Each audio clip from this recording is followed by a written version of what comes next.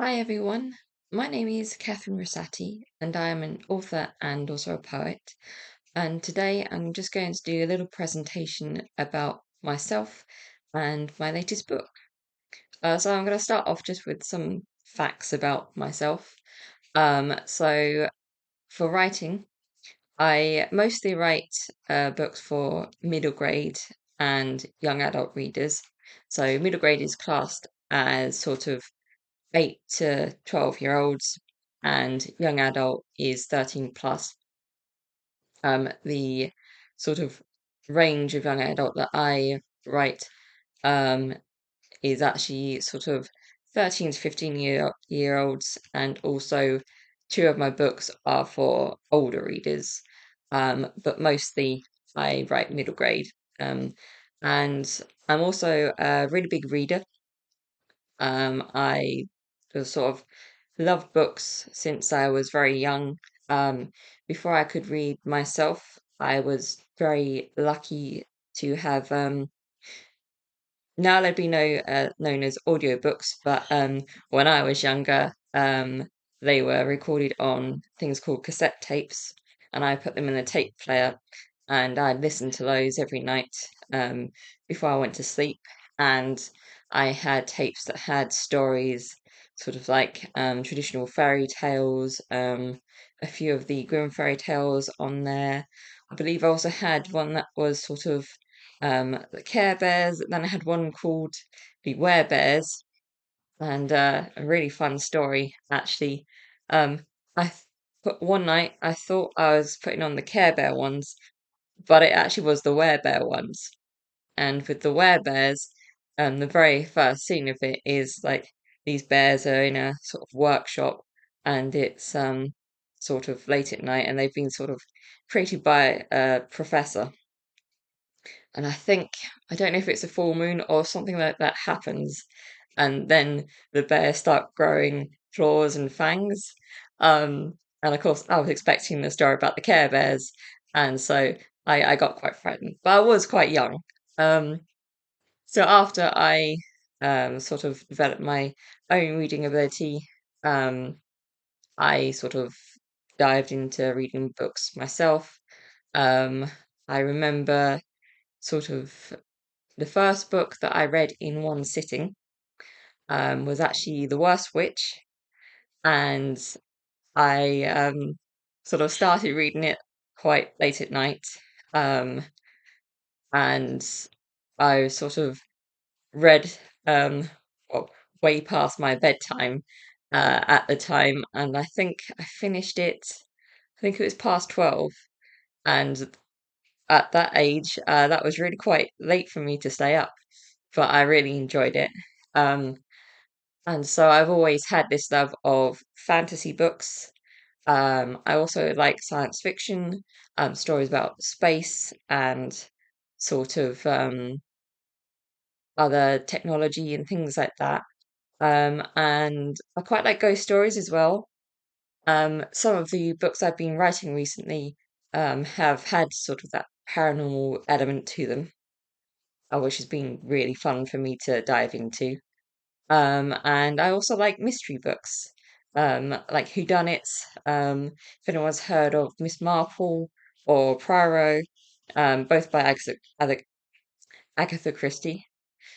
Can't get my words out sometimes. It happens. Um, so that's a bit of my sort of reading tastes. You will notice that I keep glancing down because I have my notes on my lap. Um, so I am autistic and ADHD. And so sometimes it's quite hard for me to keep my thoughts in my head. So I have to have notes and a reference to be able to carry on with what I'm saying and not go off on tangents all the time. Um, because that does happen quite a lot. Um, so, oh yes. So I've also been learning to paint recently. I've always had an interest in drawing, um, and sort of doing artwork. But for the past 2 years, I've actually decided to study it in a bit more depth. particularly painting and painting with watercolors.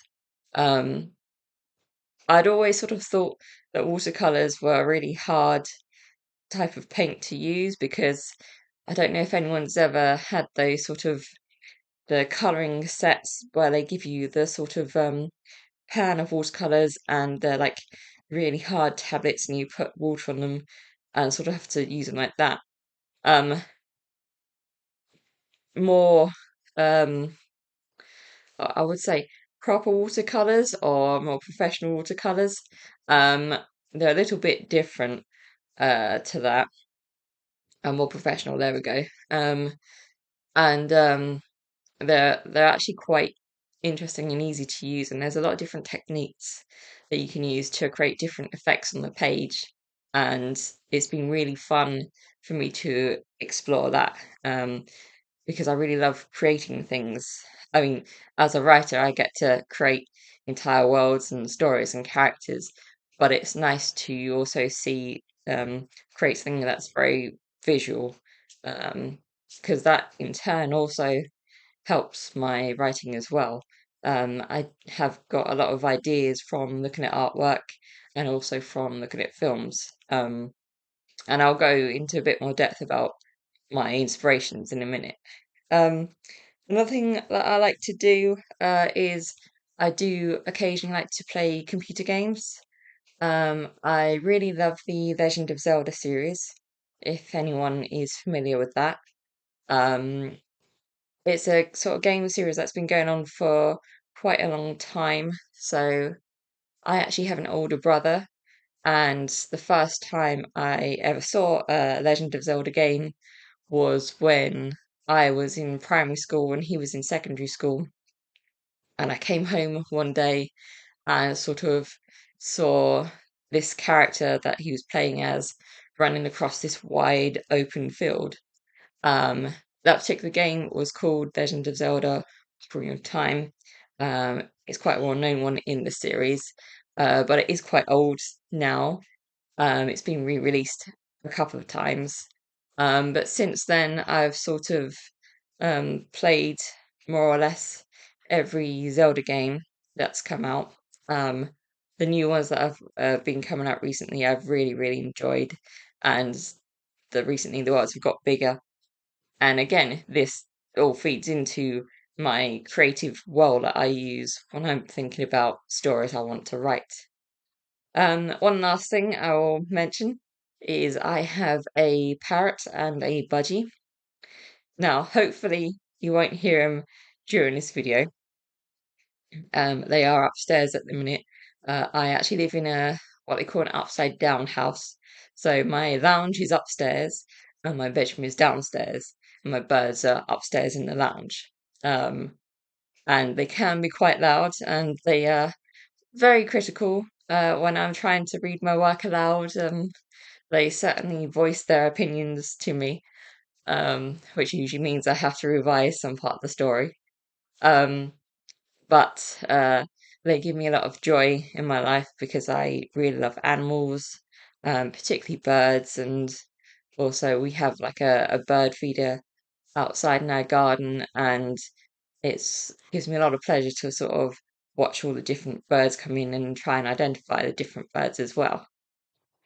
So now I'm going to talk a bit about authors who have inspired me. So I'm only going to talk about a few of them. As I said, I've been a reader for a very long time, and I've always enjoyed listening and reading and also writing the stories.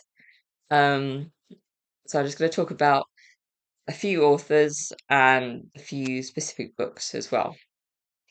So the first one um, that I'm going to talk about is a series called The Wind on Fire. The first book is called The Windsinger, and it's by an author called William Nicholson. And it's a very sort of interesting series. Um, Basically, in the first book, it revolves around a city where there's a very distinct class system. Everyone is assigned a sort of colour, and the different colours represent the different tiers of society. And this was one of the first sort of fictional representations that I read of a societal class system.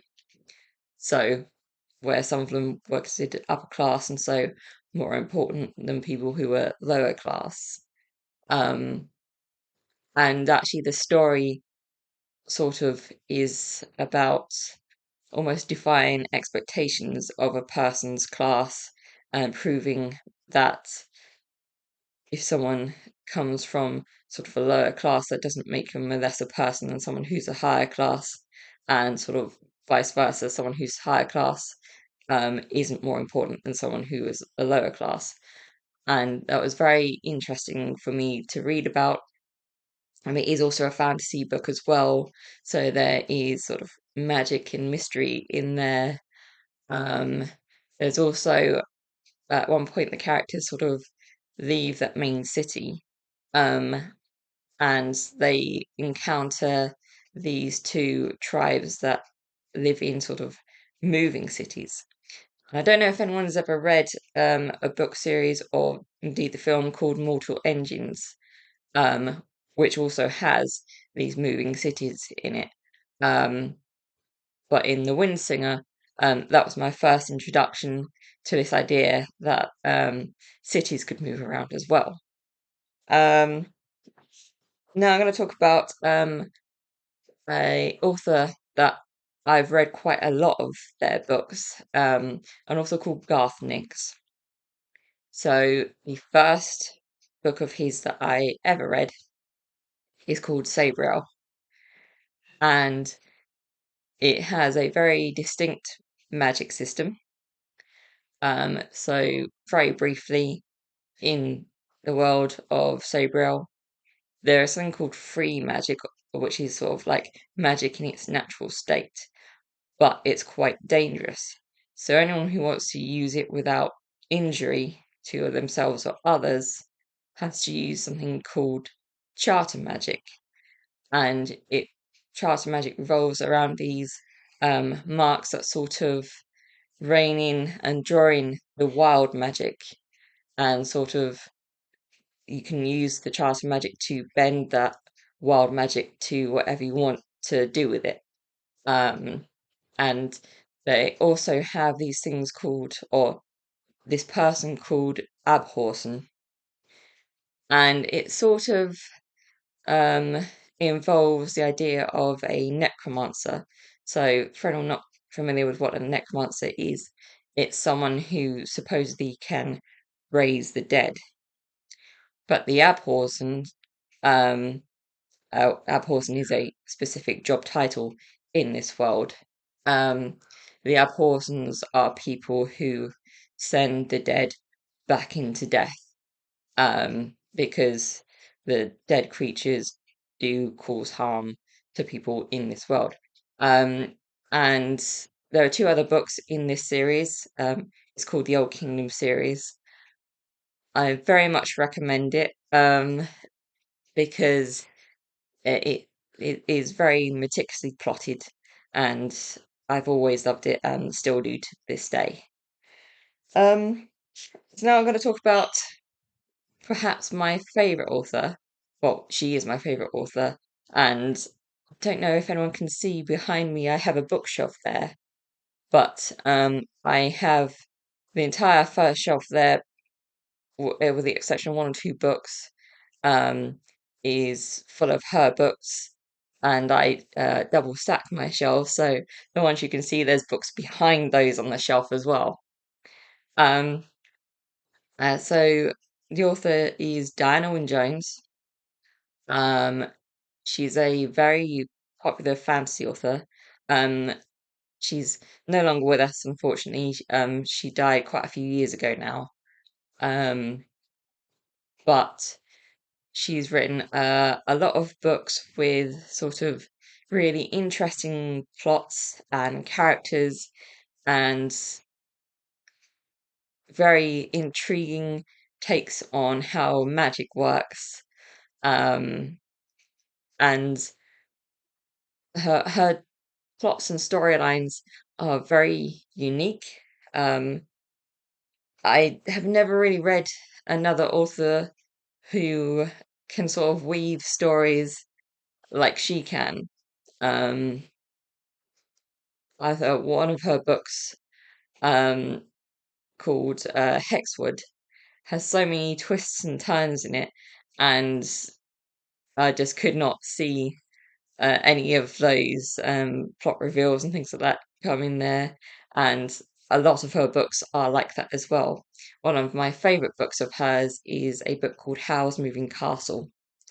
It was also made into a film quite a few years ago now, again, by the Japanese anime company, Studio Ghibli.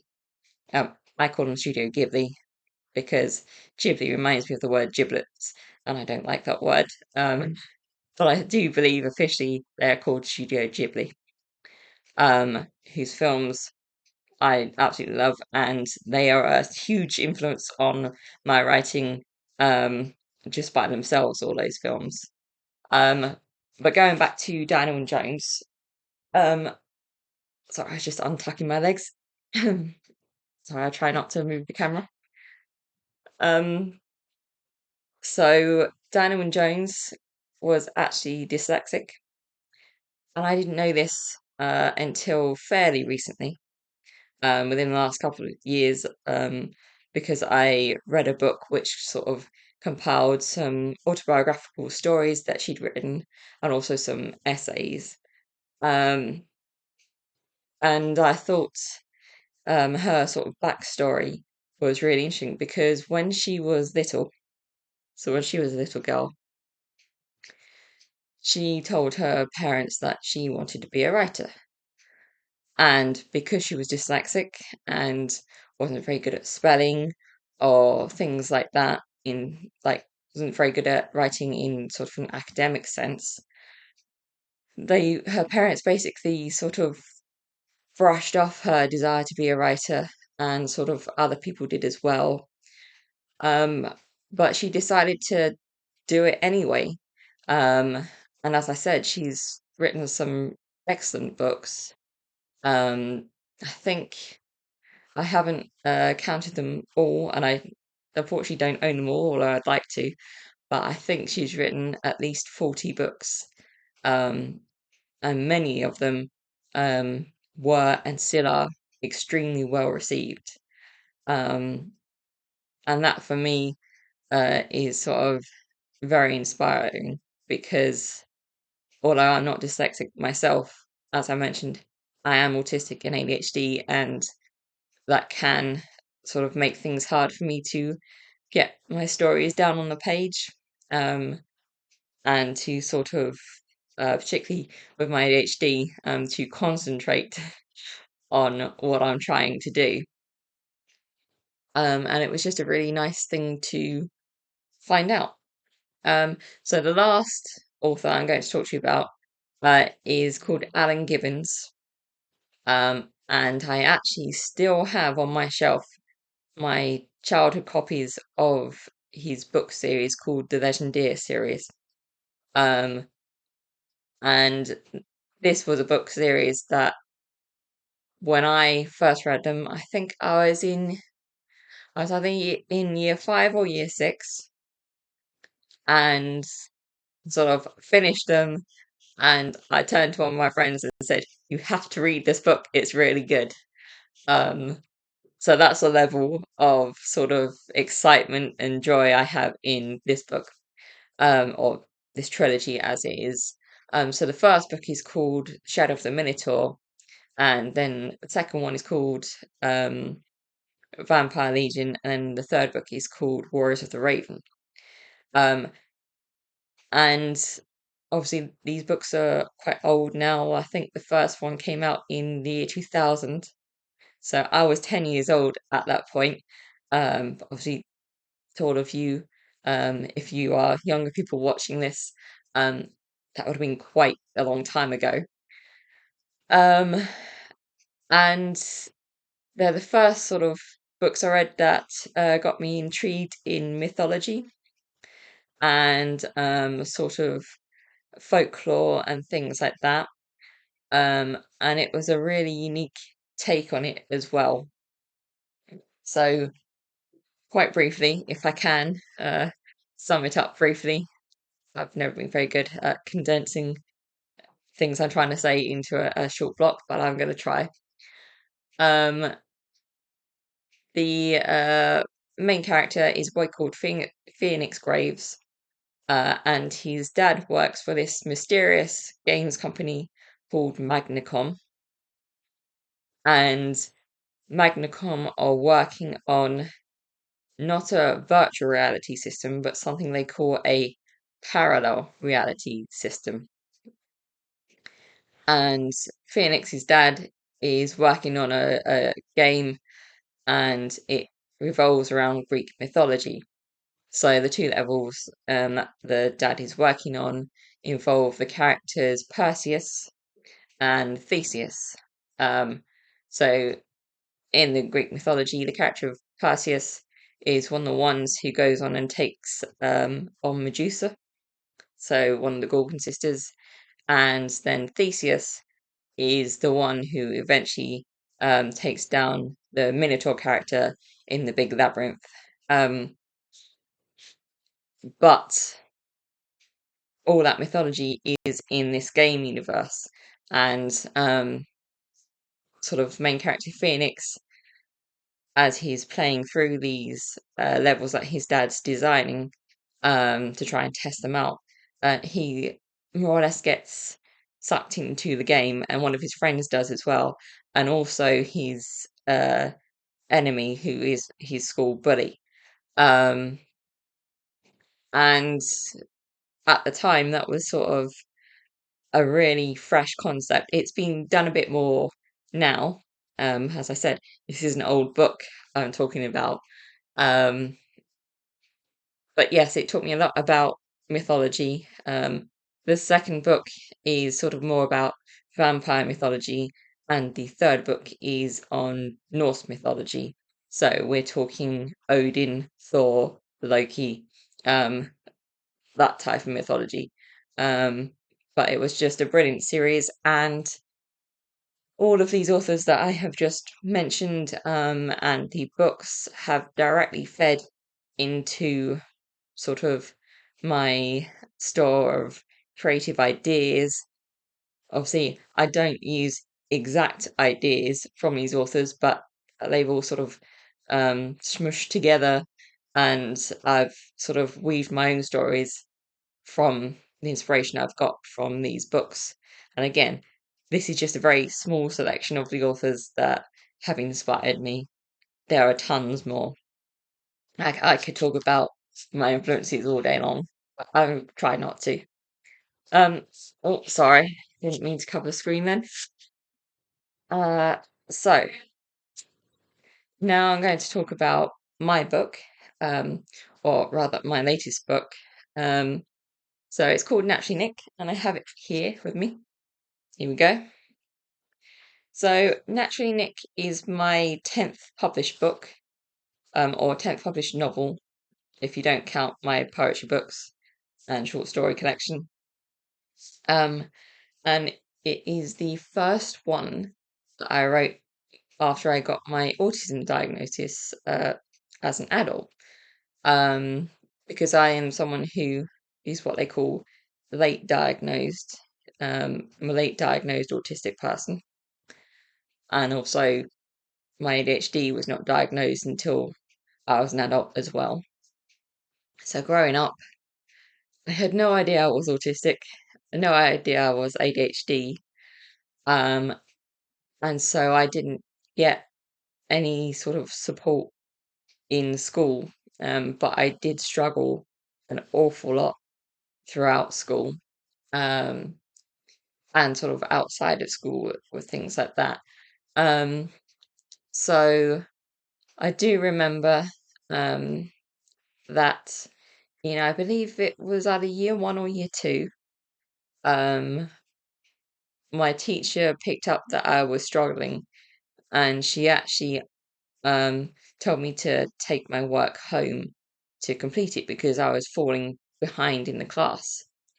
Um, and so I did take it home, and I was very, very lucky that my family were able to sort of tutor me at home a little bit, to help me sort of catch up on my work.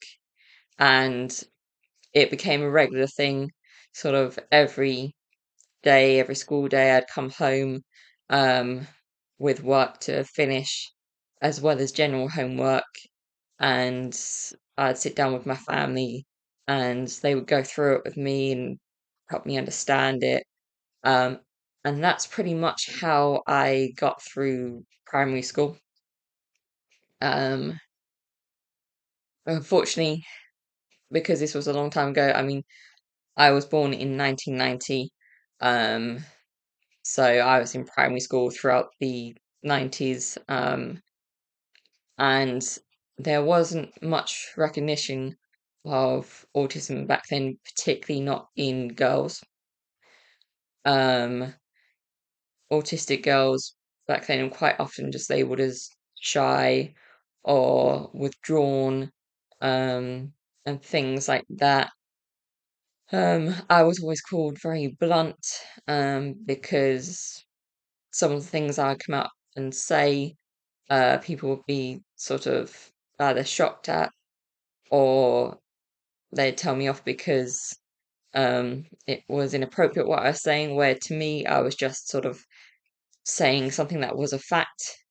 Um, and I sort of really struggled with um, social norms, like when I should speak, or things, what I should say, what's an appropriate response. Um, what I actually started doing, it wasn't a conscious effort, um, but to try and avoid those sorts of labels of that, sort of I'm rude, or I'm lazy, or I'm not trying hard enough, and things like that. Um, I started sort of mimicking other people my age, and this is a process called masking. Um, Not every autistic person can mask, um, although quite a lot of autistic people do. It's sort of like a safety mechanism. It's sort of the best way I can think to describe it. It's sort of like a camouflage. As such, we hide our autistic traits, basically, so people don't point us out and call us weird, or sort of pick on us on, or other us in some ways. Um, and I did mask an awful lot, all through my school years and my college years, and basically most of my life until I got diagnosed. Um, and I'll talk about the diagnosis a bit more in a second. Um, but obviously, with masking, um, withholding my autistic traits uh, is not very healthy, for autistic people. Um, so one of the things that I would hold back is sort of repetitive movements that help to soothe and calm me down. Um, these repetitive movements are something known as stims. Um, you may have heard reference to people stimming, um, and I'm actually going to show you some of my stims now so that you have an idea of what they look like. Obviously, these are personal to me. Other autistic people will have various different ways of stimming, um, and they come out sort of at different times. So sometimes it's when we're anxious, sometimes it's when we're really happy, sometimes it's just us being content, sometimes it's when we're angry. Um, so one of the ones I do when I'm sort of excited, and quite often when I'm thinking of ideas in my head, is I'll do this. I'll just tap on my chest as my brain is sort of going off on all sorts of ideas. And it's a comfortable movement, and it sort of releases that excitement that is in my body, that I wouldn't know what to do with if I didn't do it in a physical way. So I'll stop doing that now. Um, I do actually want to carry on with it now that I've started. Um, but I'd like to share a couple more with you.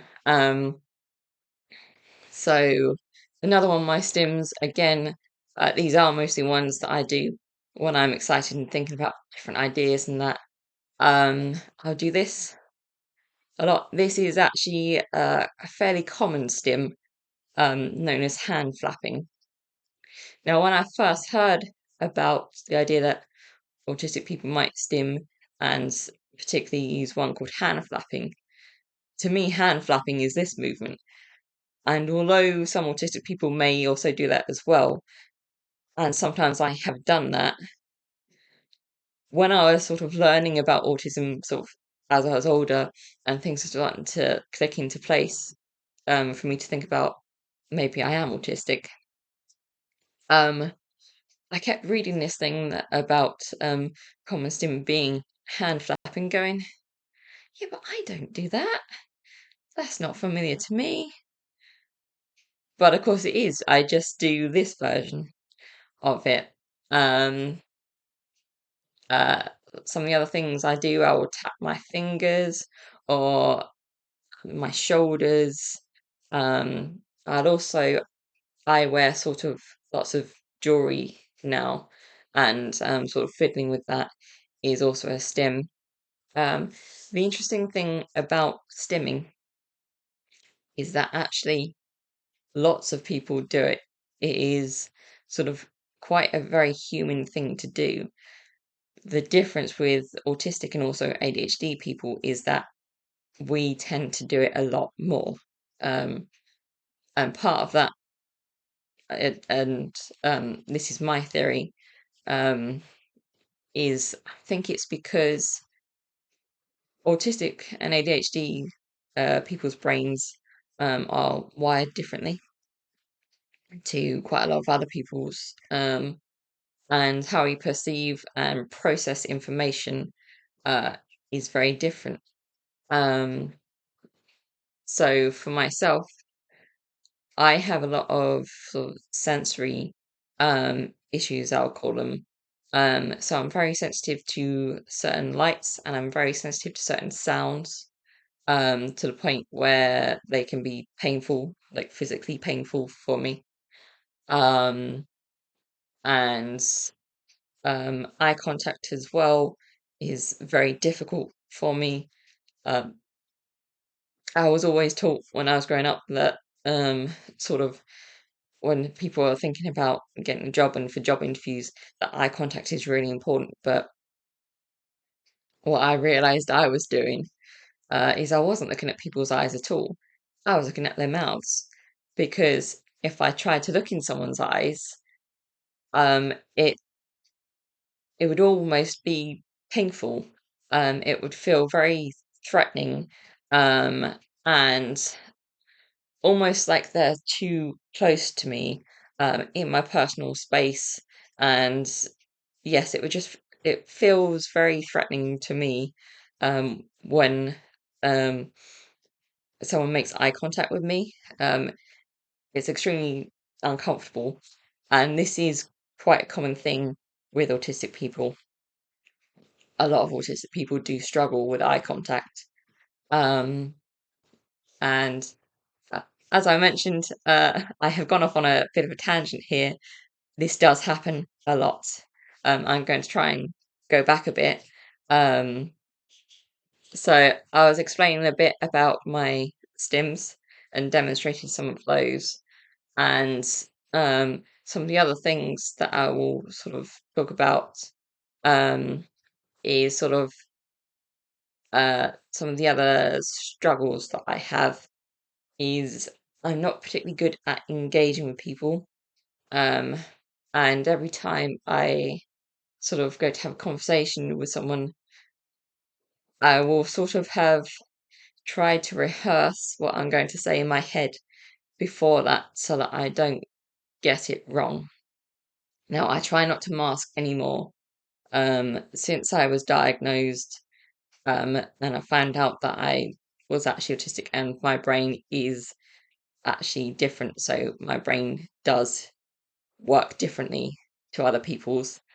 And so it's okay for me to do things in a different way, because that's what works for me. Um, because before I was diagnosed, uh, and before I started looking into the possibility that I was autistic, the view of myself that I had, um, was sort of like I was a broken human, but I just wasn't very good at being human. Um, and I had no idea the differences between my brain and someone else who's not autistic, sort of what their brain was. I assumed that what I was experiencing was what other people experience, and it's quite often not. It's completely different. Um, Something that I um, do remember doing, and I used to do an awful lot. I used to call it going to third person mode, but the sort of official name for it is called disassociation. Um, and again, before I was diagnosed and learned a bit more about how my brain works, I used to disassociate quite a lot. So disassociation can come in quite a few forms, but for me, what it feels like is it feels like my sort of consciousness, my mind is sort of outside my body. Um, Almost like it's floating above me and I'm watching myself do something, interact with someone, or be in a certain place. And this would happen in busy places, or when there's lots of conversations going on and I couldn't keep track of them. Um, it basically any time that I was overwhelmed, I would go into third person mode, as I call it. And I assumed that everyone did that at some point, and that I was just quite bad at dealing with it. Um, but it turns out it's actually not a common thing for people to disassociate. Um, it is a sign that I was very overwhelmed. Um, so what I've actually learnt to do now, and what has been working for me, is when I'm out and about, because as I mentioned, I do have certain sensory sensitivities, particularly light and sound. So I will wear sunglasses, not just when I'm outside, but when I'm indoors somewhere and the lights are very bright. And I'll also wear earplugs or ear defenders, to try and lessen the sound around me.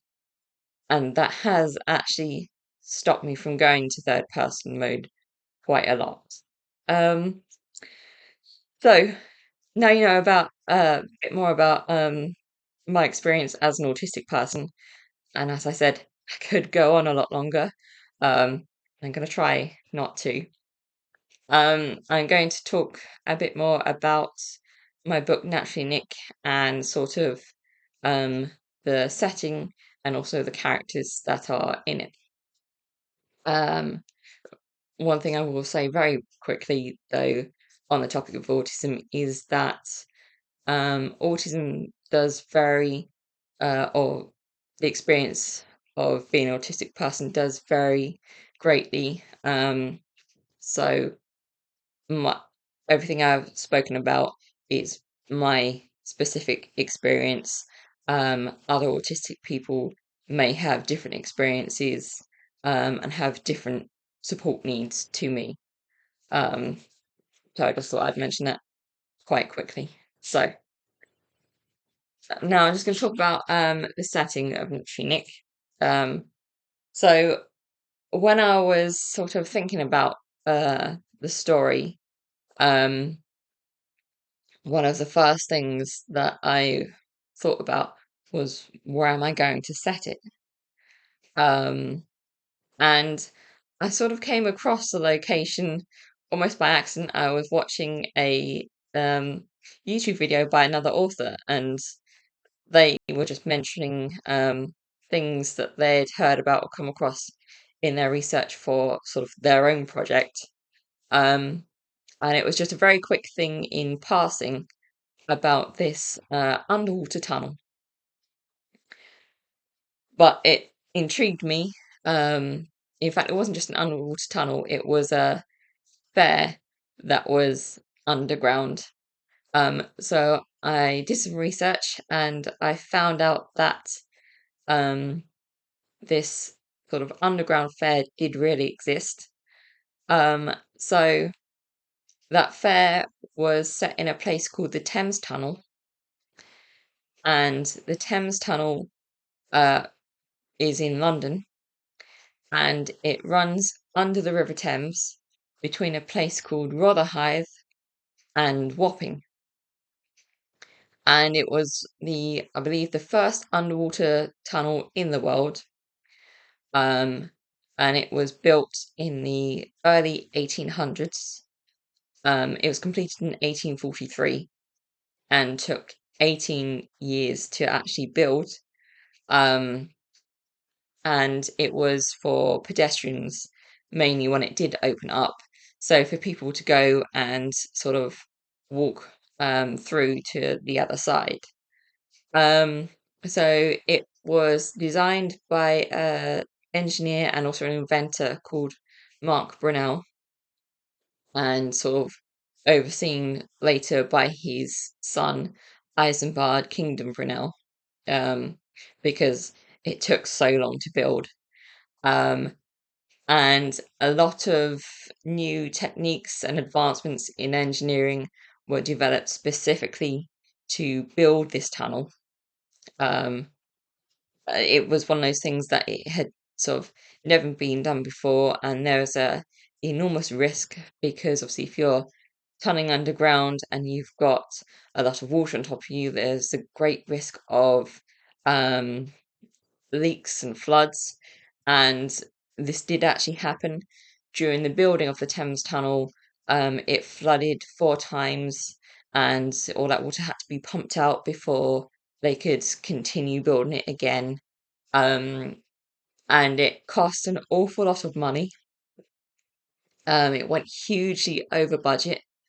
Um, and so a couple of the times, sort of as it was being built, Isambard Kingdom Brunel, sort of the designer's son, held some banquets underground in this tunnel to try and bring in sort of benefactors to help fund it. Um, and on one particular banquet that he held, sort of like a few weeks later, I believe it was, the tunnel flooded again. Um, and sort of with these floods, obviously for the workers digging it out, it was hugely dangerous. Um, some people did lose their lives, others got greatly ill from doing it.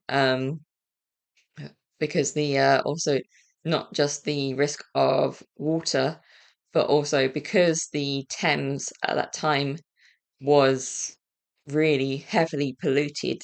It was full of muck of all sorts. It gave off a gas called methane. Um, Now you might have heard of methane.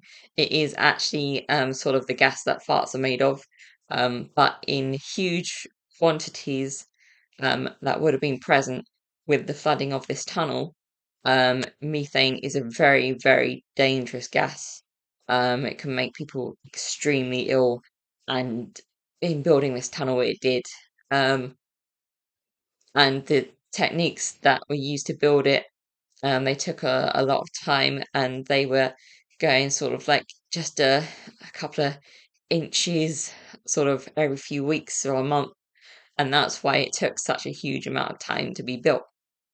Um, what I'm going to do now, if I can manage to get it on camera, is I'm just going to show you. It's actually a tea towel that I bought from the Brunel Museum, which is a museum dedicated specifically to the Thames Tunnel and the other engineering feats that the Brunel family oversaw. So I'll see. Here we go. Right, there we go. I just get it on the screen. So I'm having to do this, trying to look at it. Oh, there we go. Right, so in that central circle, you will see what looks like a stairway or a stairwell, sort of zigzagging down. And then at the bottom, there are these two big archways. So I'm going to put that away now so that you can see me also that I'm not trying to talk through a detail. So when the tunnel did finally open, to enter it, you went into this fancy building which was above ground, and there would be sort of two flights of steps that would zigzag, sort of uncross and go down into this huge atrium. And you'd end up at the bottom of this atrium, and then you'd be facing these two big archways that to me look a bit like, cartoon characters' eyebrows. And so people would be able to stroll down either side. I think one side was to go sort of towards one of the places, the other side was to come back, I think. Um, and there were sections of the divider that had gaps in them, sort of like alcoves. And so you could see across to either side as you walked along. And the sort of the atrium bit, the zigzagging stairs, it was all done very sort of intricately crafted. There were really lovely paintings that decorated the walls. There was electricity down there, and at the time that this opened, electricity was still fairly new. It wasn't very common at all. Um, so everything was well lit, and the walkways were all tiled mosaics. Um, and the tunnel did draw in a lot of people.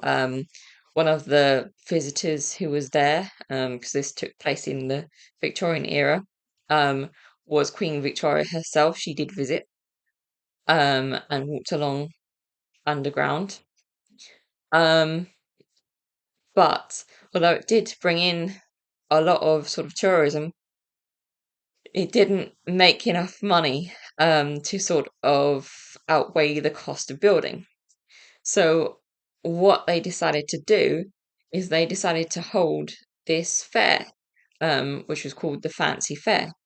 Now I have a poster for it next to me, so I'm just going to show you this. This is a replica of one of the original posters that would have been used to attract guests or visitors to the fair. I'm gonna just do that. It's quite long. And as you can see, it's quite an interesting poster because nowadays when we think of posters, we often put a picture or something on there to grab people's attention first, whereas this is all different types of fonts and sort of a big wall of text to try and read through. Um, but I don't know if you can see, as I said, it mentions electricity here in quite big letters because that would have been a very interesting attraction because it was new, and so people go just to sort of see that. There are performers of all kinds, singers, dancers, magicians, pantomime artists, and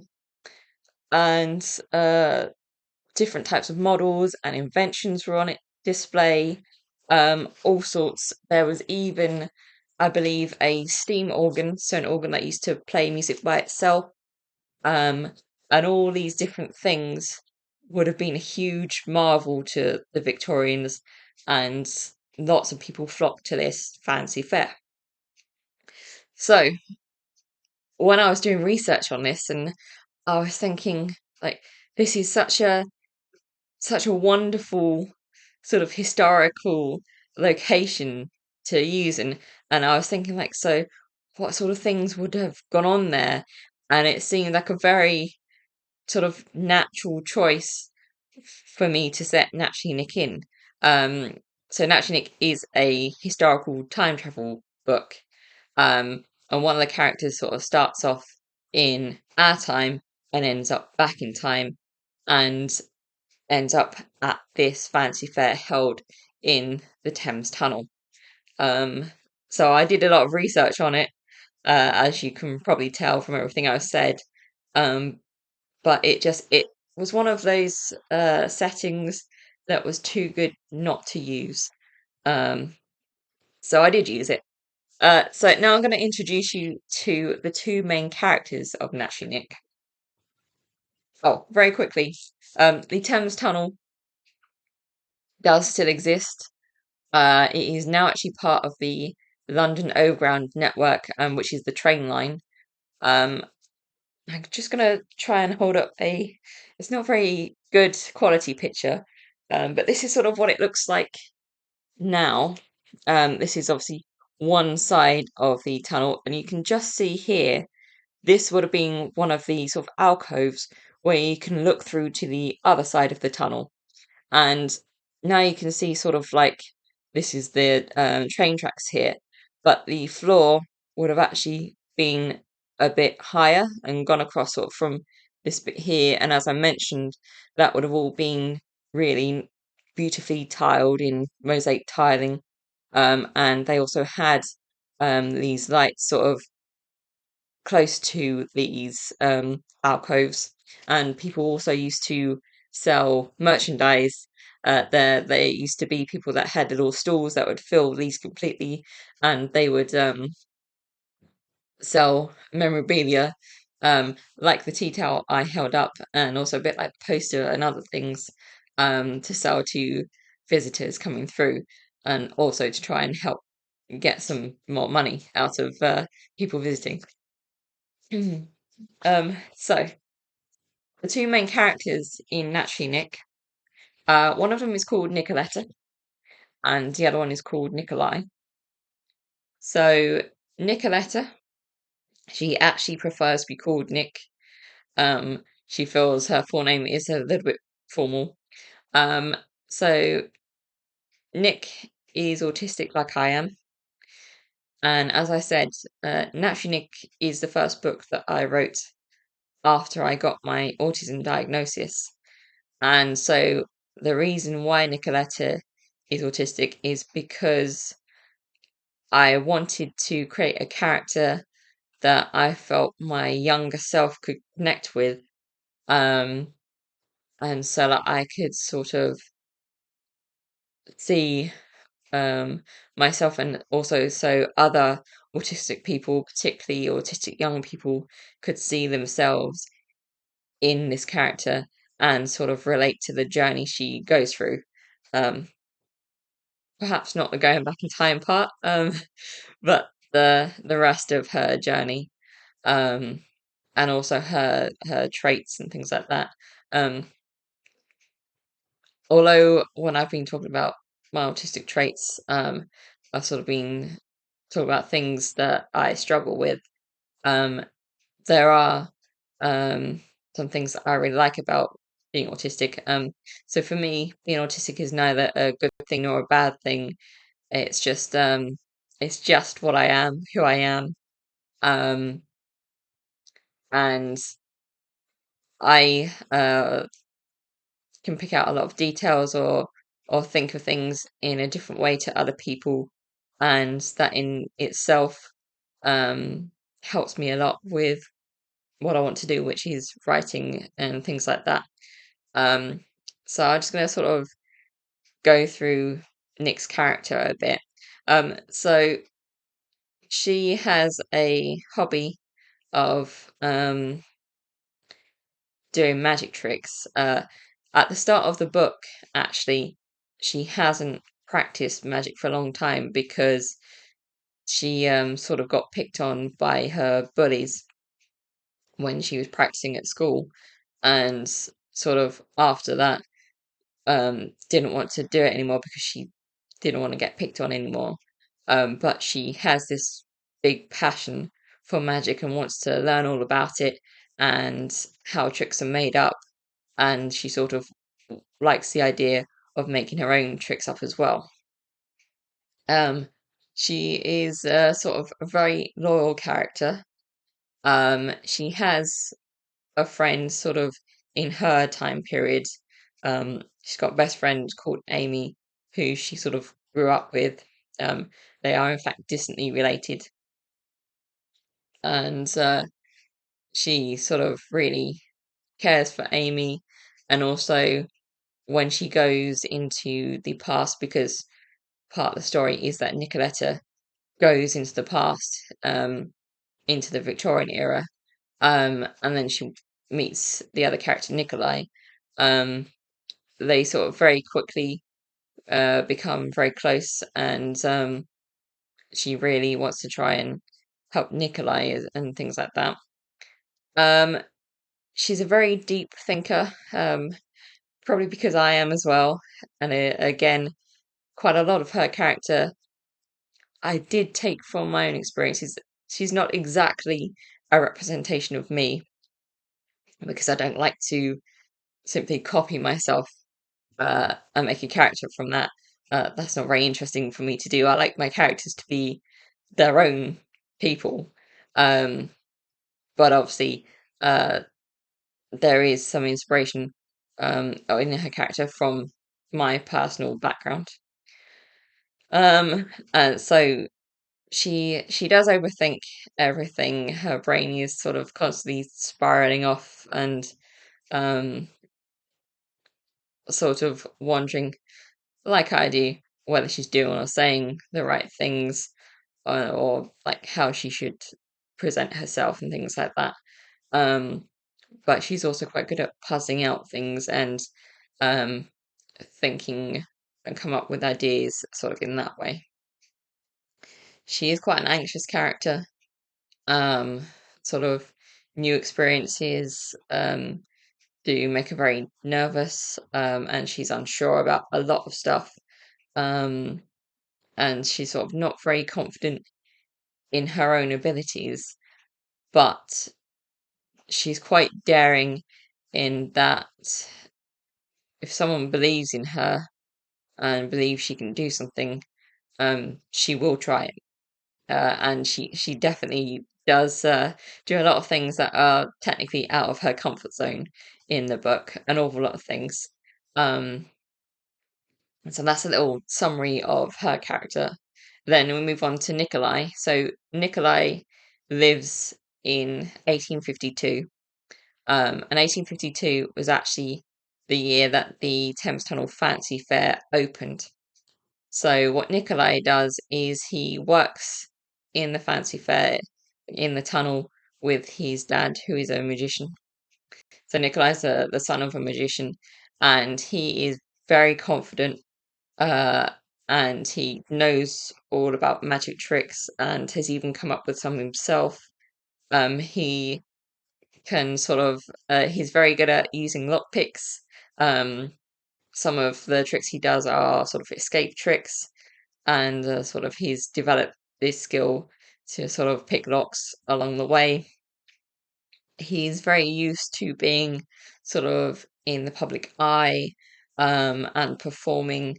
Um, so unlike Nicoletta, who does get anxious around people and particularly around the idea of performing magic, Nikolai has no problem whatsoever with doing that. He's very used to it and even sort of likes to show off. Um, and so what happens in the story, um, which I'm going to read a section of to you in a moment, is that something happens and Nicoletta ends up sort of back in time, bumping into Nikolai, and sort of her two main bullies in the story end up back in time as well. Or at least that's what she hopes has happened, because to her they just vanished. Um, and there's no sign of them. And also Nikolai's brother has gone missing as well. So they team up together to sort of help investigate um, not just Nicola's two bullies and Nikolai's brother, but also to find out where a lot of the other missing kids of London have gone, because a lot of the children of London, both from the middle class and upper class, but also the lower class, hundreds of children have gone missing. Um, so they want to go and find out what's happened. So as I said, I'm going to read a little extract of Naturally Nic. This actually takes place from Nikolai's point of view, because in the book the chapters they alternate between Nic's perspective and Nikolai's perspective. And what's just happened here is Nic has actually just ended up back in time. Her school was on a class trip to the Thames Tunnel, and she went through one of those alcoves that I mentioned, had the stools and things like that. But this was an empty one, because obviously in her time it's a train line, and the school had access because the train line was down for maintenance, and so the people looking after it invited people to sort of have a look at the Thames Tunnel. But she went through this alcove, and on the other side she came out, and it was in full fair mode. People everywhere, right in the middle of Nikolai's performance. Sorry, there's a little fly going after me. Um, and everything sort of hits her once. She's got a lot of the sensory sensitives that I have. So there's bright lights. It's very loud.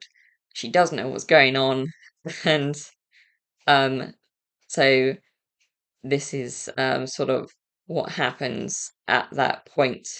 Um, and Nikolai and his dad, as I said, are in the middle of a performance, and they're doing a coin trick. And part of the reveal of that coin trick, the coin ended up under Nicoletta's foot, and so she sort of just picked it up and is staring at this old-fashioned coin. Now, don't be silly. Give the poor conjurer his coin back, Esther says softly. It's just a trick. There's no harm to it. The girl's not listening. She's repeating the year over and over under her breath. A man from the audience leans across the stall and yells in her ear. Give it up, you little rat.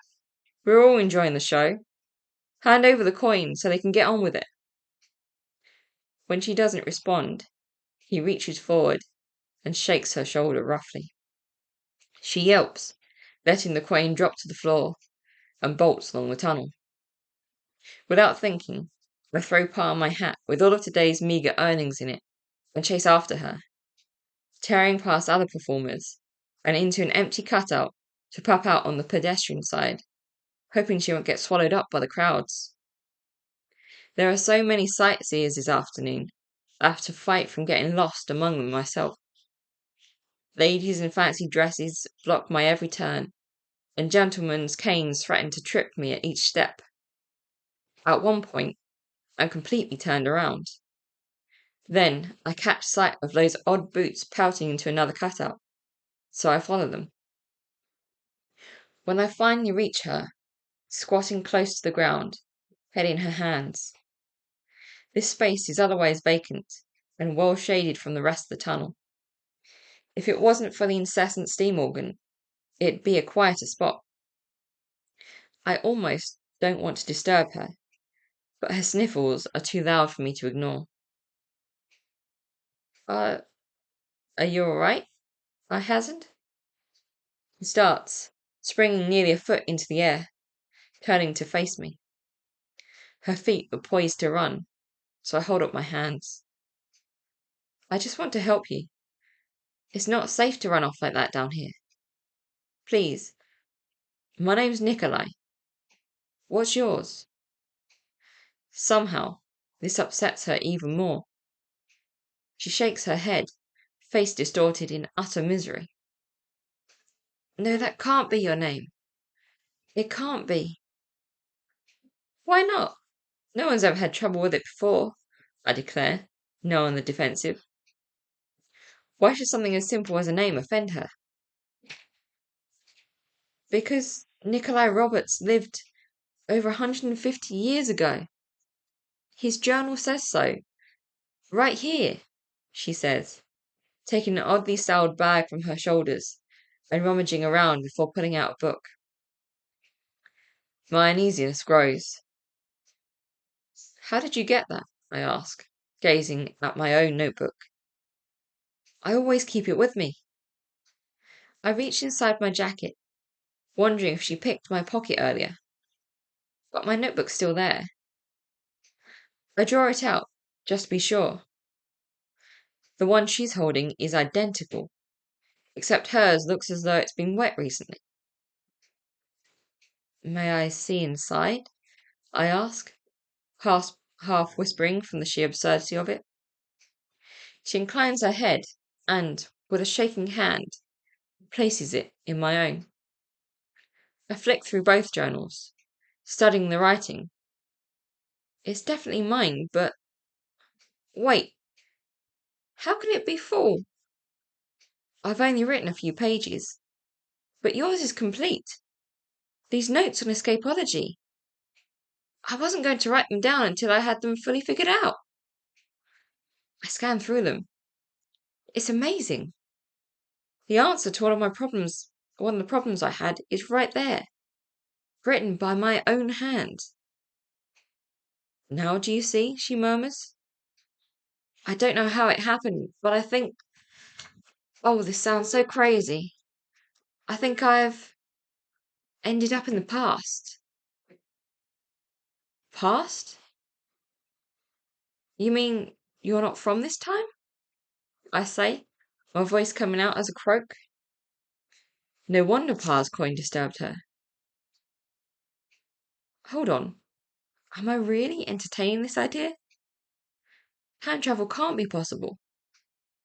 No theory Pa has read to me is anywhere near plausible. How do I know you're not making this all up? I'm not sure how you managed to get an exact copy of my journal, but there's likely a trick to it somewhere. In answer, she takes a small, squarish object from her bag and offers it to me. It has buttons on one side, and protruding from it are two wires with bud-like things on the ends. You put them in like this, she says, taking a bud and pressing it to my left ear, followed by the other on my right. Now, push that button with the triangle shape on it. You're sure this is safe? I ask. All the wires I've seen carry lots of electricity, and now I've got two hooked up to my ears. What's to say it won't kill me instantly? Just trust me, she says, pressing the button for me. Instantly, my head is filled with the sound of banshees singing to an orchestra of instruments I can't name. I rip the buds from my ears and fling the whole lot to the floor. What was that? She shrugs. Music. It wasn't any kind of music I've ever heard, I protest, massaging my ears. It sounds like something Satan would compose. She smiles. That's my point. The music from my time is way different to yours, and we can carry it around with us on tiny music players like this. I narrow my eyes. Even if the sound was devilish, the fact that it's possible to have it contained on something so small borders on the fantastic. Say I believe you, that you're from the future. How did you get here? Didn't you hear what I said 2 seconds ago? I don't know. I was on a tour of the tunnel with my school, but some girls in my class were picking on me and I kind of knocked them into one of these holes. When I looked for them, I ended up here. The memory of two middle-class girls from earlier stirs in my mind. I open my mouth to mention them, but stop. They couldn't be the same ones, surely. She catches the movement. You know something, she accuses. You've seen them, haven't you? I did see two girls run off, yes, but they weren't dressed like you. They were proper ladies' clothes. So it was them. She looks down at herself, shuffling her feet awkwardly. All the class were dressed up like we came from this era. I didn't have a chance to find a dress, so my friend gave me these. They're from a play she was in that's set around this sort of time. Well, I think it was. Have you heard of Charles Dickens yet? The writer? I think my pa's read some of his serials before, but we don't have any of his books, I reply, wondering why she's asking. Then maybe you've heard of his story, Oliver Twist. That's who these clothes are for. Oliver. Character, I mean. Wait, so Dickens is alive here? No, don't answer. It's not important. I don't know if I can get used to this. I mean, being here in Victorian London, it's also mind-boggling. She coils a lock of hair around one finger, puffing out her cheeks. We tend to just call it London, I note with a smirk. And you're not the one whose mind should be boggled, you say? If you really come from the future, you must know how everything turns out. The thought that she might know what's happened to Amos crosses my mind. Her version of the journal might have told her. I'm a schoolgirl, not a historian, she snaps. I know some things, but not everything. Besides, I'm not sure I should tell you anything else about the future. It might affect the timelines. At least, that's what all the sci-fi books I've read warn of. All right, you don't have to pull a marriage face about it. What's sci-fi anyway? The term sounds like something from a foreign language. Science fiction, books about futuristic things. What do you mean, marriage face? I don't know anyone getting married, she says, taking off her cap and letting her hair fall about her face fully. It's an unsettling sight, seeing a girl in trousers. I don't think I'll ever get used to it. It means you look unhappy, that's all. Brides always seem sad or cry before the wedding, so the saying caught on. I'm not sad. I'm weirded out. There's a difference. She gestures about her. I mean, look at this place. In my time, it's a dim train tunnel. But now there's everything, everywhere. And there's all this bustle of activity. So much to take in. A few passers-by hear and glance our way, but move on when they find nothing of interest. We move further into the cutout, almost coming out on the performance side. Right, I say, dropping my voice. We're both out of our depth here. But what if we can figure this out? Puzzle it all together. It's an attempt to ease her hysteria, but I don't appear to possess the same calming nature that Ma did. She was natural, would have been able to ease the girl's panic in a heartbeat. No such luck for me, though. Puzzle it out? There's no puzzle to it, she goes on. I stepped through a hole, and when I came out the other side, I'd looked back in time 150 years. I think back to the words Ma used when I was upset. Yet for some reason, the memory of her floods me so completely, I start to tear. I pull the thought back sharply. I promised Ma I wouldn't cry for her, and if Oz saw me, he'd say I was too soft for my own good. Yes, but why did you? ask instead.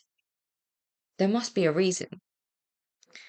Perhaps there was a fluctuation in the time-space continuum, she responds dramatically, putting on a voice like a professor.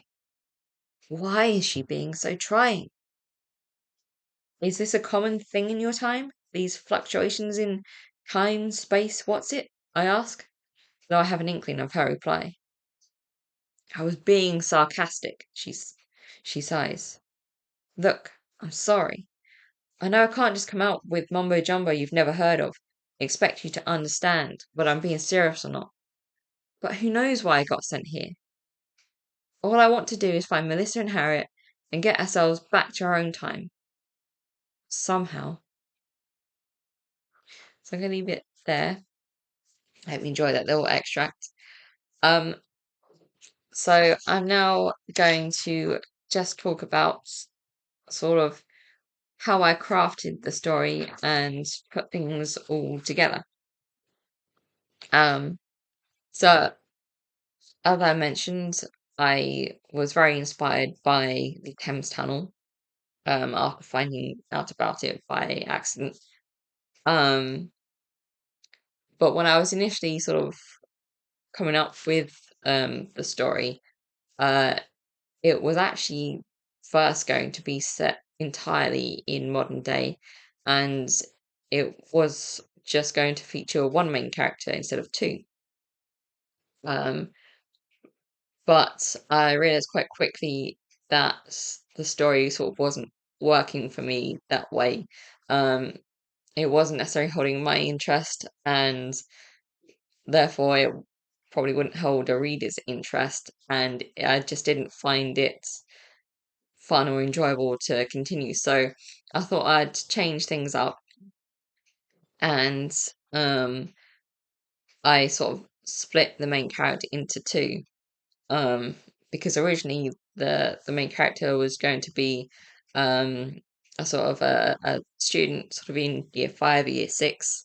Um, and they were going to sort of be someone who wasn't very confident, but who liked performing magic tricks. And it was sort of going to be about them gaining more confidence to put on this magic show at the end. Um, well, as I said, I just the story just didn't feel fun enough or intriguing enough to me. So I split the main character into two, and I sort of the reason why I have sort of the magic tricks in the book is I was actually inspired by my husband who um, has always practiced magic, a couple of different forms of performance magic. Although he doesn't perform much himself, um, he can do a lot of the different types of magic, and I've always enjoyed watching him. And I thought that'd be very interesting to write a character who uh, likes that sort of thing. Um, and I also wanted to sort of, as I've mentioned, have a character who was autistic, and so readers could connect with them as well. Um, but I also, around the time when I realized that the initial plot wasn't working, is when I found out about the Thames Tunnel. And so I thought, well, if I make it a time travel, and if I have two separate characters, I can have one who's sort of from modern day and one who's back in time. And then I can have them meet and like what would happen there. Um, so that's how it became a time travel book. Um, and then I thought, well, what if something happened and instead of it just being about sort of one of the characters getting back to their own time, what if there's something more that they are up to? Sort of what's the further story? And that's when I thought about putting the sort of element of the kids going missing, um, and that they're sort of uh, Nick and Nikolai were going to have this adventure to find out what happened to them, and they would have to sort of become detectives in a way, and find different clues and figure out what those clues meant and sort of track down different people. Um, and that I thought I was really enjoying writing the story when I sort of added in that part, and I thought, yes, this is the story that I want to write. This is what this book is supposed to be. Um, Now, because it is heavily set in the Victorian era, I had to do a lot of research on the Victorian era, and that was actually quite difficult, because um, a lot of the information that I was finding sort of on the internet and also in books that I read as well was about the late 1800s, so sort of around 1880 to 1890, um, getting close to the turn of the century. But that wasn't the time period that the Fancy Fair was opened in. Um, the Fancy Fair, as I mentioned, was opened in 1852.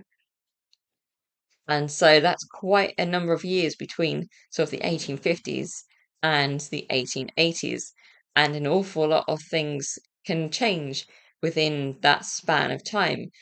There's sort of all sorts of technology and things that, would be present in the 1880s that hadn't yet been invented or didn't exist in that sort of form in the 1850s. So I had to do a lot of sort of deep diving, um, and sort of figuring out what technology was around when, and also for some of the language that Nikolai uses, because he uses a lot of Victorian slang in there. Um, how I actually managed that is I found this really good book which was all about Victorian slang, um, and sort of had notes on it about when the terms were first recorded as being used, and that was extremely helpful. So some of the phrases that Nikolai comes out with, one of them is "mind the grease." That basically means get out of the way, um, and sort of in the reading I just did, there was the term marriage face. That really was a term people said to refer to people who look miserable. Um, there are other phrases in there, sort of like one that sounds really bad, but it's a phrase called killing the canary, and that means to sort of shirk work, to not turn up to work and go off doing other things instead of turn up to work. um, which I believe, I don't fully know the origins of that one, but I have a feeling it's something to do with working in the coal mines, because birds, particularly canaries, were often taken down to coal mines because birds are very sensitive to changes in the air. They got very sensitive sorry, respiratory systems. And so in the coal mines, if the air turned bad and they had a canary down there with them, the canary would often collapse or die as soon as the air turned bad, and that was a sign for the miners to get out of there before it affected them as well, which is terribly sad for the birds, but was one of the safety things that the miners had in place. So I do have a feeling that the term killing a canary comes from um, that use of canaries in the mines. But there's so many different phrases that that I put into Naturally Nic, to try and excuse me, authenticate Nikolai's speech and the types of slang words that he would use, and like his dad and his brothers would use and were common at the time. Um, because likewise, Nicoletta has her own slang, but she obviously uses modern slang that we would use. But to Nikolai, um, that's all very strange, and he doesn't understand what that means. So it was quite fun to write some of their dialogue, when she's saying, sort of using a slang term from our time, and he doesn't understand it, but then he'll use one of his back to her, and there's all sorts of misunderstandings going on. That was a huge amount of fun. So one of the last things, was not quite the last thing, um, but I want to actually just go through why I write and sort of why I wanted to become a writer. Um, so,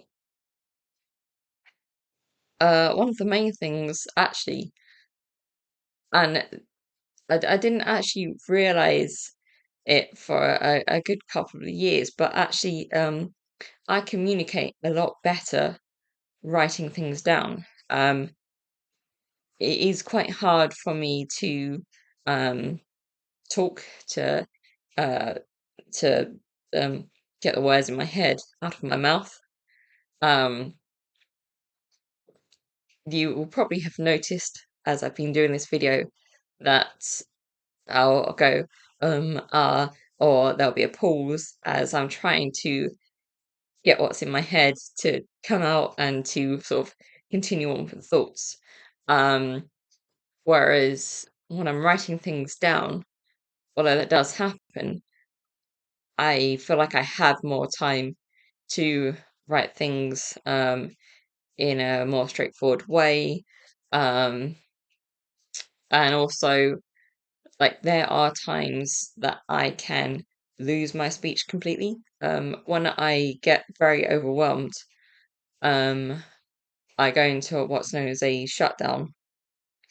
Um, uh, what can happen with autistic people is we can have things called meltdowns and things called shutdowns.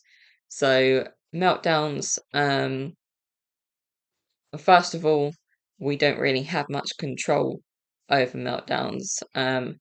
But or there are when we get overwhelmed, like either sensory wise or from socializing too much or being misunderstood. Um, all those sort of feelings can come out in a sometimes very explosive way. Um, and again, I know particularly from my experience, I don't have much control over that.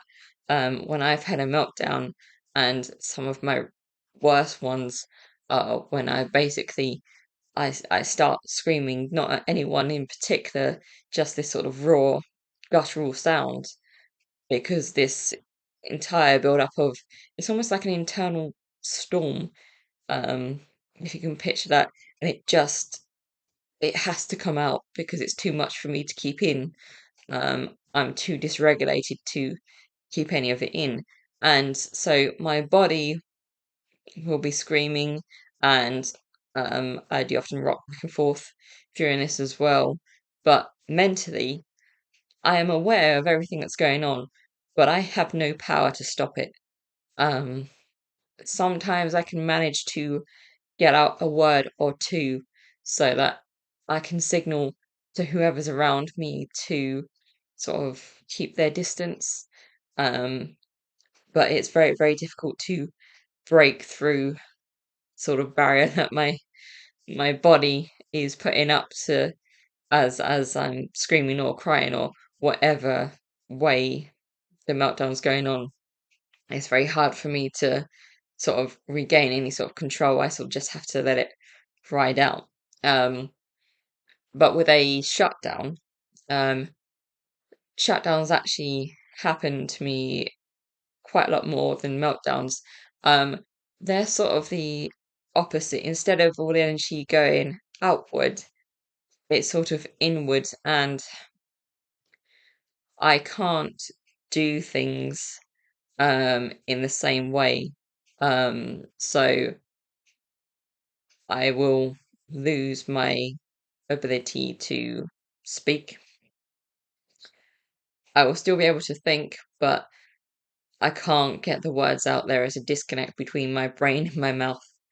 Um, and it also feels like my mouth is full of sort of fudge or toffee. And if I try and talk, I'm trying to like force the words through that. It takes an awful lot of energy, and that can make things feel worse. Um, so the shutdown, I will lose my speech, and also I have a very low tolerance for being around people. I usually have to find somewhere quiet, sometimes somewhere dark or in a place that's quite green or open, just away from people, um, so that I can regulate myself and sort of reduce the level of overwhelm I'm experiencing. So in terms of writing, writing is a very good tool for me to still be able to express myself in the moments when I can't do it verbally. Um, and yeah, it does give me a lot of time to think and process what I want to sort of express to people. Um, so writing is a very good tool for me, um, to be able to use to make sure that I can still communicate with people, and it is in fact my preferred um, way of communicating, definitely. Um, One of the other things that I like to write, as I mentioned right at the start, I am a very creative person, and I've always been a daydreamer. And I think because I had difficulties sort of fitting in at school, and in college and work and things like that, and I felt quite sort of othered, um, a lot. I used to sort of make up my own fantasy worlds in my head, and so it was just a natural thing for me to start writing those ideas down. And I thought, well, if I like this thing, maybe other people will like it. And so I really like to share stories. Um, and it brings me great joy to like hear from readers when they say they've read my book and they really love certain aspects, or they really understood the characters. Um, it's this lovely thing to be able to share stories, and to be able to inspire others, um, to write their own stories. Um, and again, the last thing that I mentioned, and it is sort of to do with the communication part for me, is that sometimes the ideas I have, I can just express them a lot better if they're in a story or in a poem. And sort of definitely when I'm trying to explain certain things about how I experience the world. One of my poetry collections is, in fact, more or less about being sort of autistic and ADHD, and my experience is just being an autistic person in the world and how I process things. Um, so that's, yeah, those are the reasons why I love to write and why I love to be a writer. Um, so now we are on to the last little bit. So for anyone who has been watching this who may be interested in also being a writer, whether you want to write stories or whether you want to write poems, or if you like writing essays or like generally non-fiction, but also in fact if you enjoy writing scripts for plays or maybe film or perhaps even radio, or if you're looking into making sort of comics or graphic novels.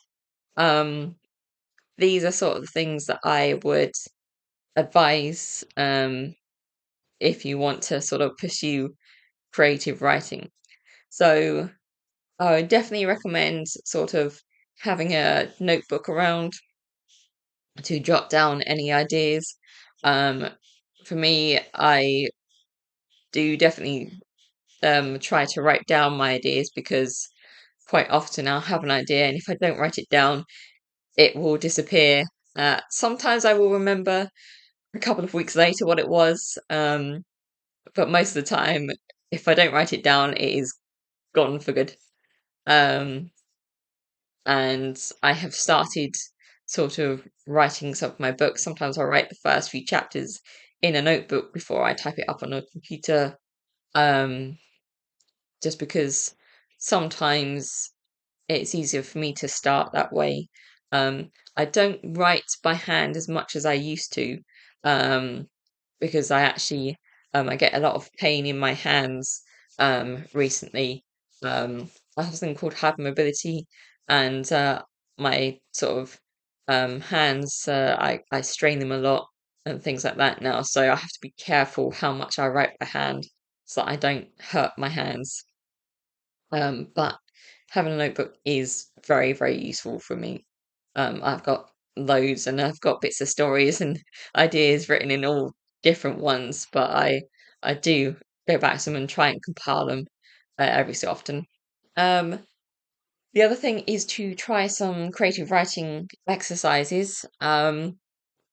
There are many creative writing exercises that you can find out about. One of the ones that I love is something called free writing. And free writing is where you spend a short amount of time, maybe 5 or 10 minutes, and you write down whatever is in your head. It can be words or phrases, something like that. And then what you can do after that is you can see if anything that you've written, any particular words or phrases are interesting, and then you can sort of make a story based on those interesting words. That's something I really find helpful to do and enjoy doing if I fancy writing something but don't know what or where to start. That can be something to a good Kickstarter for ideas. Um, in terms of poetry, one of the things I like to do um, is like I hesitate a bit because it's called blackout poetry. And so what you do is you take a page from usually they're books, but I don't like sort of drawing in books, so I might choose to write or do this exercise on a newspaper or magazine instead.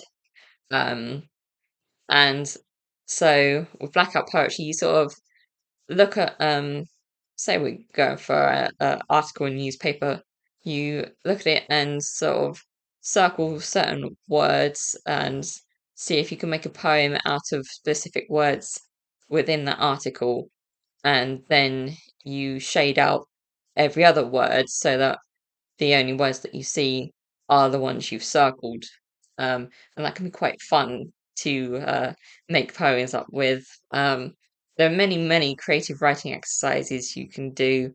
Another one is story cubes. Story cubes you can buy, but you can also make as well.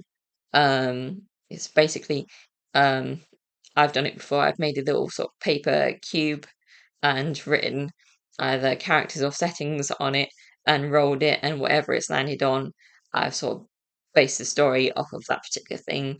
That can be extremely fun. In terms of getting ideas for characters, uh, one of the best things I've found to do is to people watch. So observe the people around you. Um, Also, when you're out and about, and just see what people get up to, um, particularly what they get up to when I think no one's watching, and so what sort of activities they might do, or habits, or things like that. Um, that can be a very good way to build up a character, particularly if you combine different aspects of different people. And the sort of last thing that I'll say um, that has really helped me. Um, and again, I think I did mention it earlier in the video when I talked about my inspiration, but it's been reading. So many books that I've read have inspired me and sort of not just inspired me in terms of stories, but also the authors themselves have inspired me.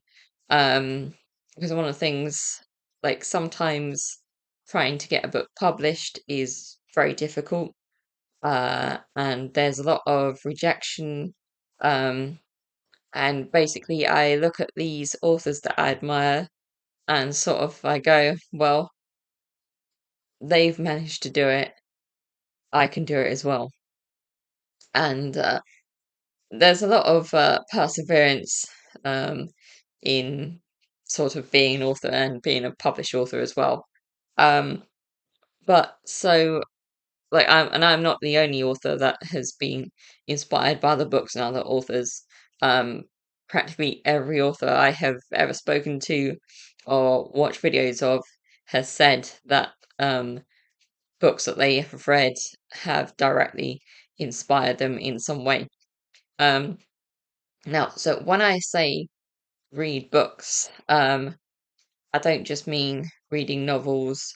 Like you can read non-fiction, you can read poetry, reading comic books and graphic novels and manga all count as reading. And also listening to audiobooks as well. Again, I mentioned that, when I was young, I definitely listened to stories on, well, my version was on tape. They weren't digital back then. Um, but yes, that was a huge influence on me becoming a writer. So even choose your own adventure books, which I love choose your own adventure books. I think they're great. Um, so yeah, just consume as much uh media as you can. Um, but don't force yourself to read books that you have no interest in.